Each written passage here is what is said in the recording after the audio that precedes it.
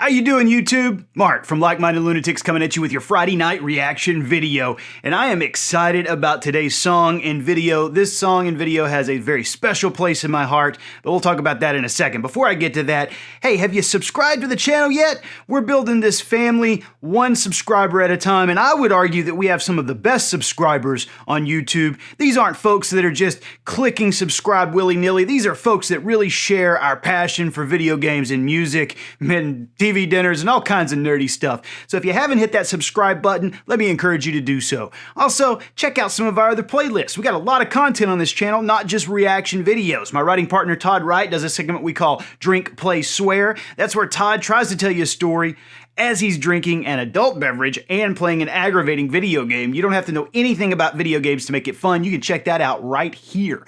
All right, let's get to today's song and video because this is a special one. And at the end of this, I got some other stuff planned for you. I've got a story I'm going to tell you. No, it's not going to turn into a drink, play, swear. That's Todd's thing. But this is a special one. So there's a little story I want to tell you and some other stuff I want to show you. So stick around after the reaction. All right, this is Aerosmith's I Don't Want to Miss a Thing. Now, this came out in 1998, and it was on the Armageddon soundtrack. Remember when Michael Bay looked like he was going to be kind of a next big thing after Armageddon? Boy, it sure looked like, he had some bad habits as a filmmaker, but it sure looked like he was going to do some really great stuff. Everyone loved that Armageddon film, and this song was featured prominently on it. And in fact, Steven Tyler's daughter, Liv Tyler, is in the film. Apparently what had happened is that Michael Bay, and I think it was Bruckheimer, they wanted to have a current band and do some songs in there, and they'd already temp tracked Sweet Emotion and Come Together. And I've reacted to Come Together before, Aerosmith version. You can go right there to watch that. So they temp tracked those,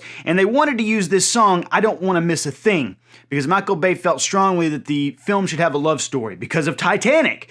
And so he got this song written by Diane Warren, and he brought Aerosmith in. He showed them the entire film. It had already been cut, and asked them if they would work on this song. Reportedly, Steven Tyler said he was blown away by the film, and 3 days later, Aerosmith had recorded this song.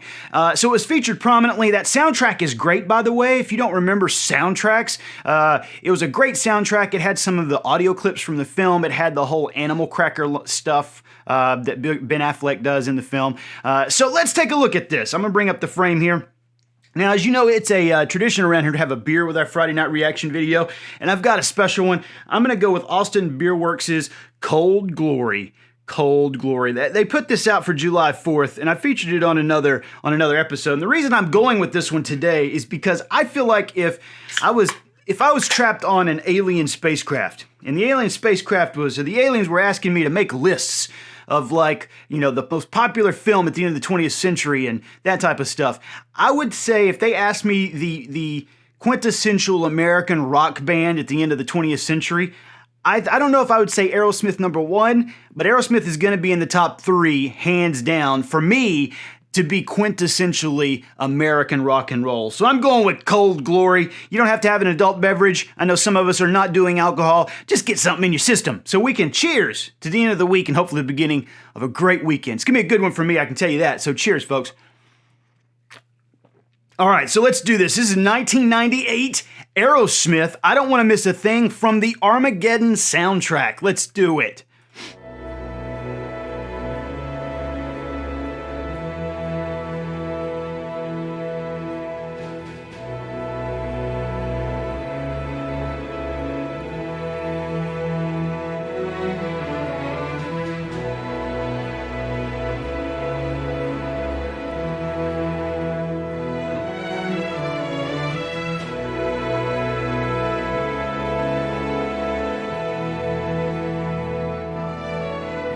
Could stay awake. I'm going to stop it right there because that beginning is so gorgeous, is it not? We start off with that God's eye view in space, and then we come down through the solar systems, past the planets, right down into California, where we see Mr. Steven Tyler in this really beautiful blue hue. It looks fantastic on him.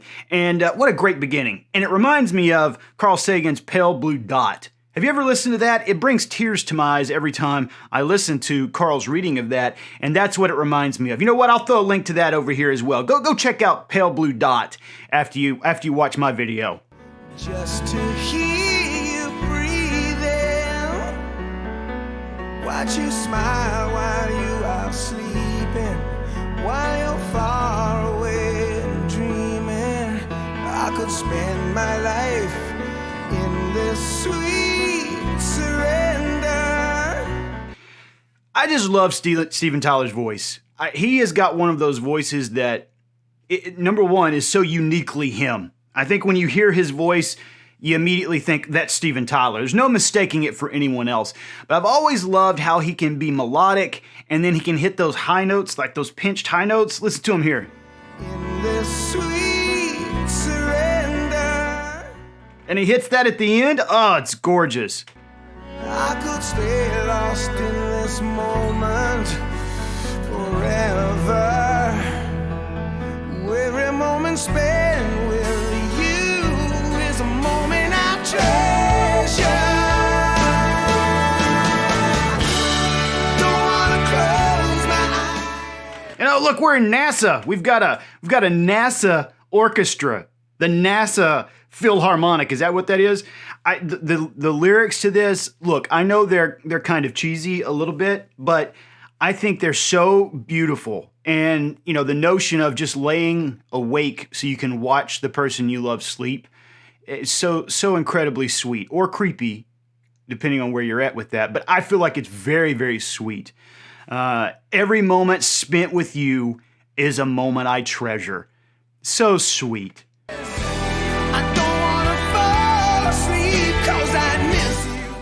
Oh, there's our first appearance of Mr. Joe Perry.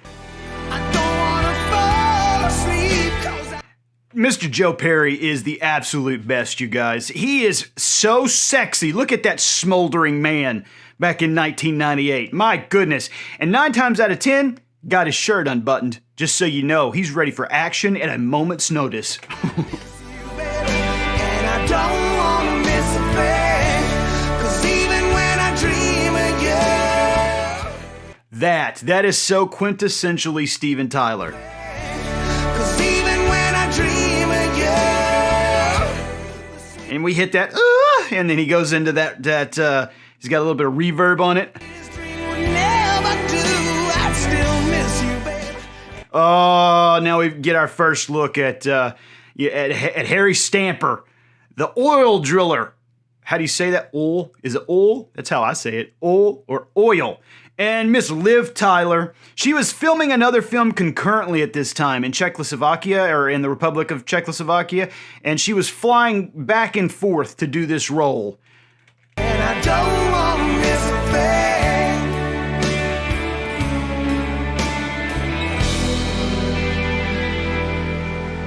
Lying close to you, feeling your heart. There we have Mr. AJ. AJ, the hero of the film. Was he the hero of the film? I don't know that he was. I think maybe that was Harry that was the hero of the film. But Mr. Ben Affleck in his first really big blockbuster.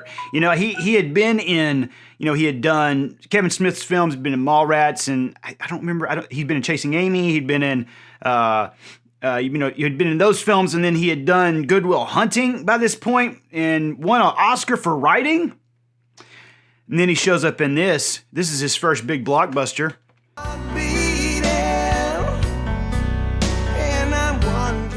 Look how gorgeous these shots are. Again, this was at a time when we thought that Michael Bay, despite the fact that he had some, you know, he had some questionable cinematography moves, he had some questionable direction in some of his films, but this was in a time when we thought, you know, he'd done Bad Boys, and then we see this, and we're like, oh, this guy's got some real chops. You know, Armageddon comes out, and it blows everybody away. And in fact, they even got a Criterion edition, and it was the last Criterion edition published on Laserdisc. That was how special this film was.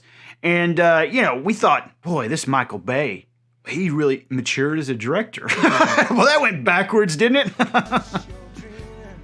Oh, there's the animal cracker part. The animal cracker part. AJ does not consider the animal cracker to be a cracker because he considers crackers to be savory and maybe have cheese on them. And he says that a cookie is sweet like the animal cracker. So he argues that it should be animal cookie. I've seen this movie way too many times. Wondering if it's me you'll see, yeah. Then I kiss your eyes and thank God we're together. There's the leaving on a jet plane scene. When all of the when all the oil drillers / astronauts are about to be shot up into space, and Steve Buscemi starts singing it, I think first, and then AJ starts singing it, and he picks up was it Lucy? That was her character's name, I believe. Picks up Lucy, and they have this very, very sweet moment with all of the astronauts singing "Leaving on a Jet Plane." Again, great film, great film.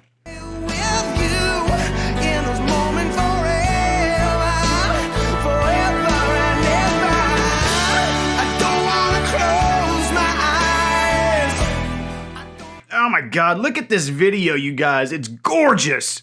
Epic and gorgeous, orchestral sounding. Fall asleep 'cause I miss you, baby, and I don't wanna miss a thing.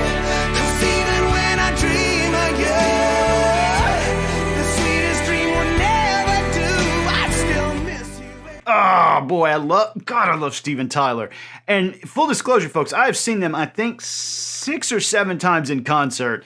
First started seeing them in the 90s, and there is no better frontman than Mr. Steven Tyler. I know he's getting up there in age, and I know he's starting to look like a Muppet at this point, but let me tell you, there was no better showman than Mr. Steven Tyler, who could also sing. You know, you've got performers who are great showmen, not great on stage, and you've got some performers who are great singers on stage, don't really do a lot of performative stuff.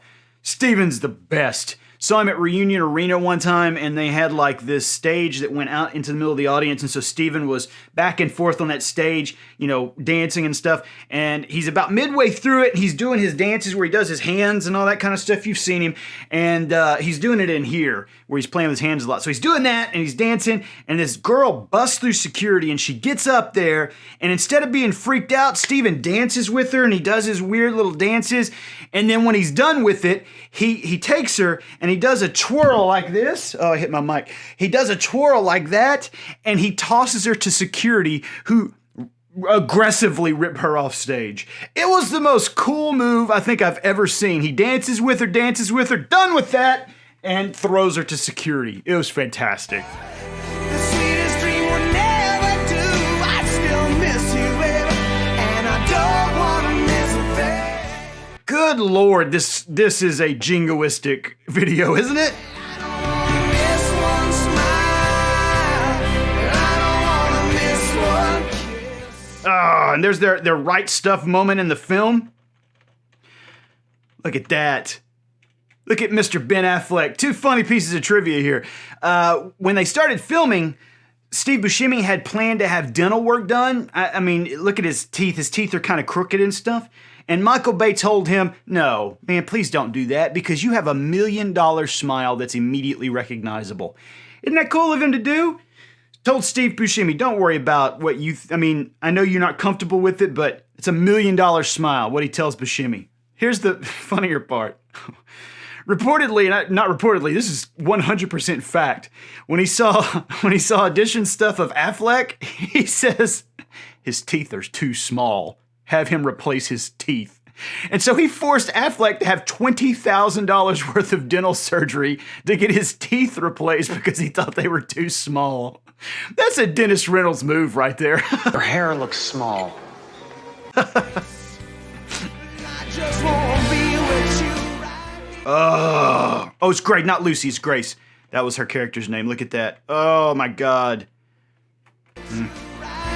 here with you, just like this. I just wanna hold you close. There's their right stuff shot. The right stuff. That's right. I feel your heart so close to mine,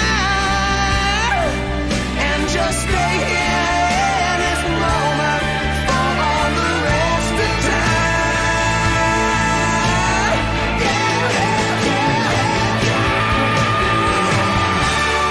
Don't wanna close my eyes. Oh, it's stunning, isn't it? Wow. What a beautiful video and a gorgeous song. Look at that. Now, I don't know, I should have looked this up. I don't know if Bay actually directed this video, but boy, it sure looks like it, doesn't it? That's even a good effect for a music video. Oh, and there's Truman. Truman knows that he sent a group of oil drillers to their death. And you know, I don't know if you remember commentary tracks on DVDs and Laserdisc, but for nerds, movie nerds in the 90s and even the early aughts, getting the commentary tracks of films was oftentimes better than the film itself. Todd's talked about that before. And in fact, he has a whole episode on him making films. You can go over here to watch that. But the commentary tracks were always great for those of us who wanted to know how the sausage was made. And there were some actors and directors that you knew, if they did a commentary track, you didn't want to miss it. So anything with Kurt Russell, hunt it down. His commentary track to Used Cars, the Robert Zemeckis film, is fantastic. His commentary track to Big Trouble in Little China is flat out amazing. Anytime Arnold Schwarzenegger did a commentary track, it's hysterical because he doesn't tell you anything about how the movie was made. All he does is describe what is on screen and says it's fantastic. So this is when Sharon kicks me. She kicks me very hard. It's fantastic. It's fantastic. It's great for the film.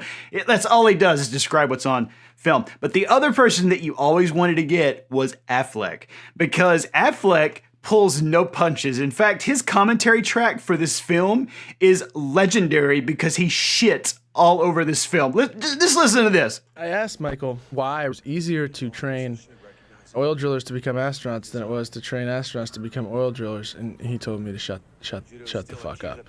So that was the end of that talk. He was like, Ben, just shut up, okay? This is a real plan, all right? I was like, you mean it's a real plan at NASA to train oil drillers? He was like, just shut your mouth. Just shut your mouth, Ben. Ben in the 90s and the early aughts was fantastic. This is before we knew that he had problems with alcohol, infidelity, and things like that. But I feel a great affinity for the cynic in Ben.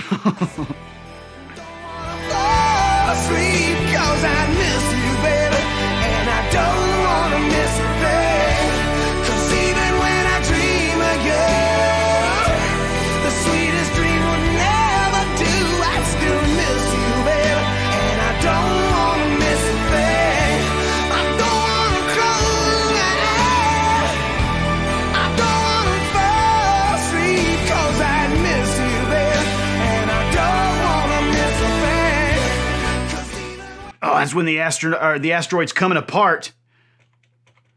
Let's see that again.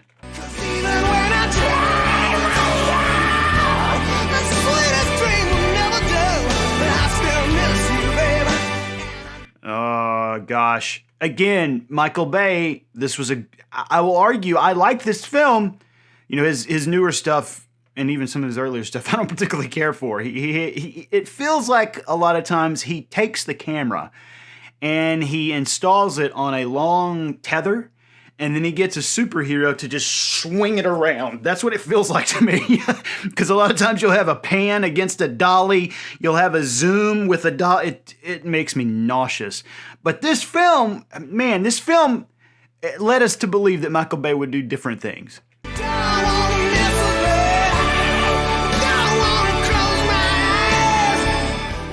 Oh, God, and there's the end of the film.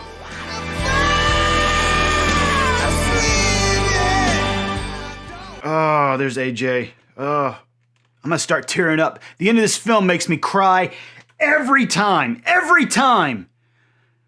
Requesting permission to shake the hand of the daughter of the bravest man I've ever met. Oh, fuck, you could have buried me right then. Or when AJ is going up in the lift, like Harry rips the thing off. Make sure Truman gets that. And he starts going up. And AJ realizes what Harry has done. Is Harry, no. And Harry's like, I've always considered you like a son, but I would be very proud for you to take care of my daughter. I love you, son. And oh my God, I'm tearing up now. And AJ starts screaming, Harry, no. And he just breaks down. Oh, God. I'm ruining this film for people who have not seen it. But it came out in 98.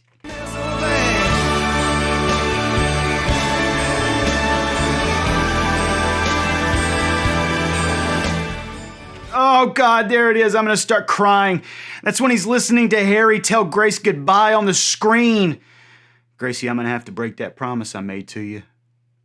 I also lied to you, Daddy. I told you I didn't want to be like you, but I do. Oh, God, it's going to make me cry. I'm genuinely tearing up. Oh, God, Daddy, no. Oh my God, Liv's face!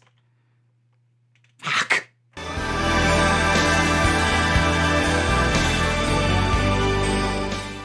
Oh, God. And then the song, too, it's genuinely gonna make me cry.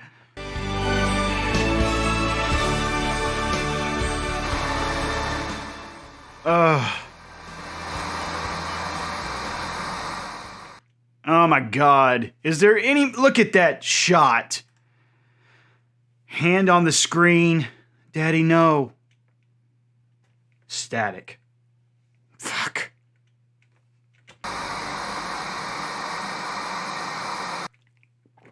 Oh, God. What a great song. What a beautiful song, you know? And I told you I had a story about this, and this isn't like Todd's section, Drink, Play, Swear. I don't usually tell stories, but I feel like I have to on this one. So in 2001, I'd gotten out of a bad relationship, actually a lot of them. I'd had one really bad relationship that I'd been able to extricate myself from. And from that point forward, I was like, you know what? I don't think marriage is ever going to be for me. I think I'm just gonna live my life like this. I'll get together with folks, but I don't want to do that again. And so I was dating a girl. It was based on like partying and stuff like that. Not a great relationship. I gotten out of that relationship, and I was just started dating another girl. I was at Baylor at the time, and she had also gotten out of a bad relationship. And if you've been in that position where both people have been in abusive relationships, they're emotionally damaged, that's hard to come together, because whenever anything happens, you react as if you were with the other person who was damaging you to this person who is not trying to damage you, but you don't know how to emotionally react to things. So I was dating this girl, and we had kind of a little bit of an argument, but we had gone to see Aerosmith at Reunion Arena in 2001, December, what was it? I wrote it down just so I wouldn't get it wrong. The December 5th, we saw Aerosmith, and we'd had this argument, and I felt bad about it because I knew that my position in the argument was based off of me reacting to the person who had hurt me in the past, if that makes sense. So I was driving around and thinking about it. I was like, yeah, oh God, I feel so bad. And so I knew she wasn't home, and so I called her answering machine, and I sung her this song. The entire song, from memory. I think I probably messed up some words, but I sung her this entire song to apologize. That's how meaningful this song was to me. I know it's cheesy, but that's what I did, And those relationships are hard when you're on a rebound relationship and you've got so much baggage. A lot of times they just don't work. Ours did. That was in 2001. This picture was 2 days before that concert. Look at that. Look at that fresh-faced young man. That fresh-faced young man with a future ahead of him. It was in 2001. This week, my wife and I celebrate our 16th year of marriage and our 20th year of being together. We saw Aerosmith together. This was actually our second concert together. We saw Aerosmith on December 5th, 2001. And folks, I still have those ticket stubs. You can't even really see them because of how it chroma keys it out.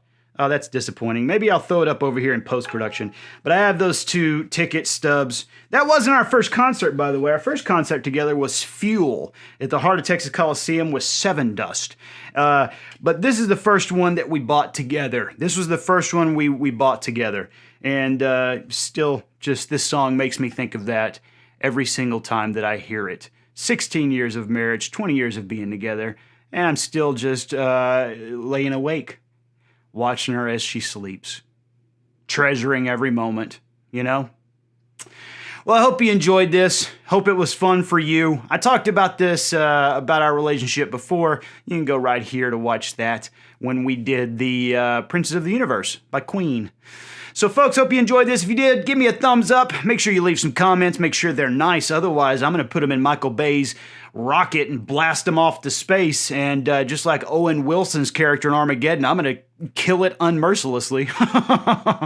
So make sure you keep them nice. Give us a thumbs up. Make sure you subscribe to the channel. And take care of yourselves, folks. And I'll see you soon.